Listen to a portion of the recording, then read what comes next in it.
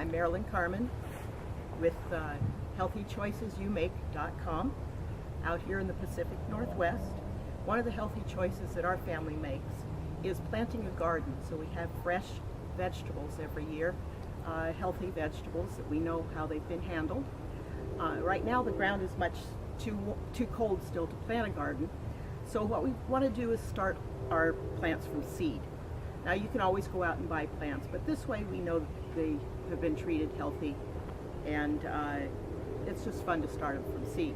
So one of the things we do is we start by getting some of these types of containers.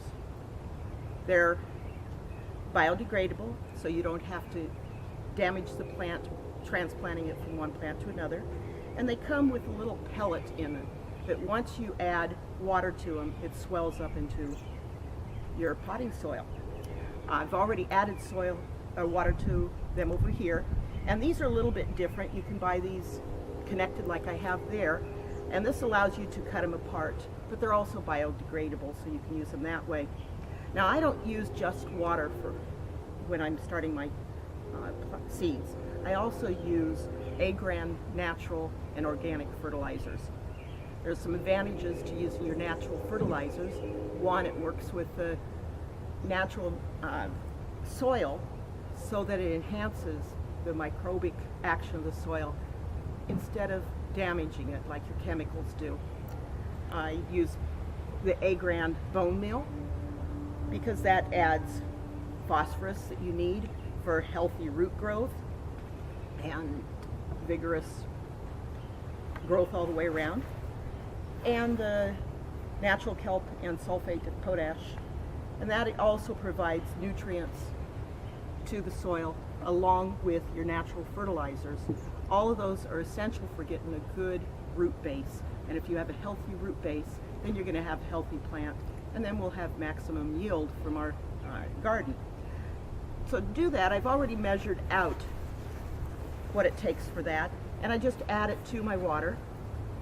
Make sure and stir it up. Because this is liquid, it doesn't have to break down like a solid would. It already just dissolves into the water. So then you just add your water to your containers, and they almost immediately start swelling.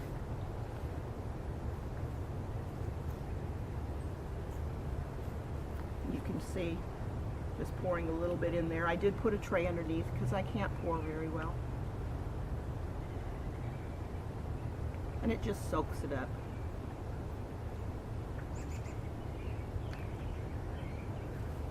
As that soaks it up, I'll go ahead and show you how we plant some of our seeds.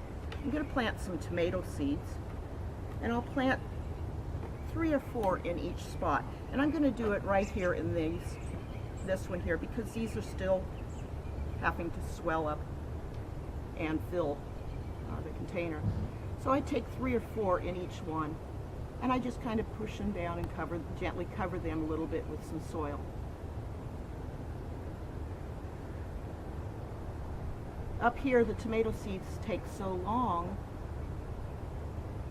to bear fruit that if we don't start them early and keep them in a warm place and get the seedlings going, by the time they're ready to bear fruit, we're back into the colder season. So this gives us a chance to get them started early so we get maximum yield from our garden. These here that I'm putting in are beefsteaks. That's a good hearty tomato, good for slicing. I also have some Brandywine pinks, which are heirloom, which are also a good hearty tomato.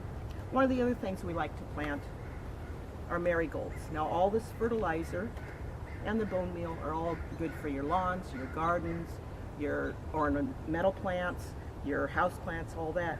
But one of the things that marigolds do, planted in our garden, is they chase away a lot of the bugs that want to come around. They don't seem to like the marigolds. Plus it adds a little bit more color to your garden.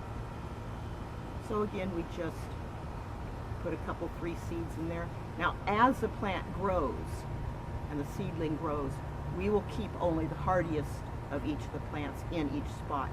So each spot will not be 3 or 4 plants when we get ready to transplanted.